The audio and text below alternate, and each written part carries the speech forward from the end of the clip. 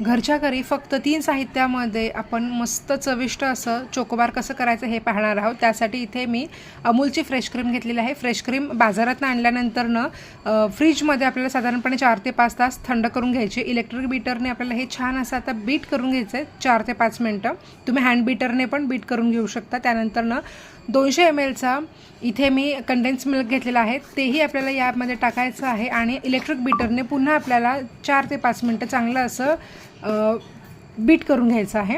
आता इथे मी छोटे पेपर कप घेतलेले आहेत, त्यामध्ये हे सगळं भरून घ्यायचं आहे आणि साधारणपणे 10 ते 12 तास आपल्याला फ्रीजरला सेट करून घ्यायचं आहे। आईस्क्रीम सेट होते तोपर्यंत इथे मी चॉकलेट घेतलेलं आहे। चॉकलेट आपल्याला डबल बॉयलरने चांगलं मेल्ट करून घ्यायचं आहे आणि एका वाटीत भरून घ्यायचं आहे।